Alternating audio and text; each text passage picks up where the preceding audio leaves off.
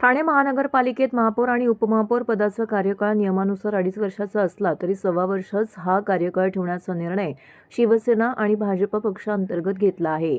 अनेक नगरसेवकांना संधी देण्यासाठी दोन्ही पक्षांनी ही नवीन शक्कल लढवली असून त्यामुळे ठाणेकरांना 5 वर्षामध्ये 4 महापौर आणि उपमहापौर मिळणार आहेत.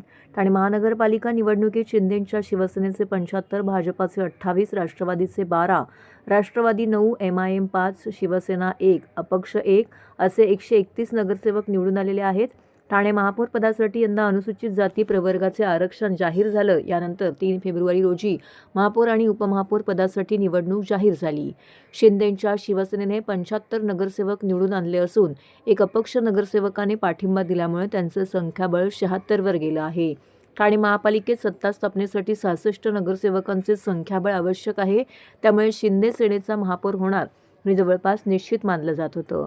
यातूनच अनुसूचित जाती प्रवर्गाच्या राखीव प्रभागातून निवडून आलेल्या पद्मा भगत, वनिता घुगरे, विमल भोईर, गणेश कांबळे, डॉक्टर दर्शना जानकर, आरती गायकवाड आणि दीपक जाधव या 7 जणांच्या नावांची चर्चा होती. यापैकी एकाचीच निवड होईल असं बोललं जात असतानाच शिंदेंच्या शिवसेनेने कोपरी भागातून 2दा निवडून आलेल्या नगरसेविका शर्मिला पिंपोळकर यांना महापौरपदाची उमेदवारी दिली, तर भाजपाने सलग 3ऱ्यांदा निवडून आलेले नगरसेवक कृष्णा पाटील यांना उपमहापौर पदाची उमेदवारी दिली आहे.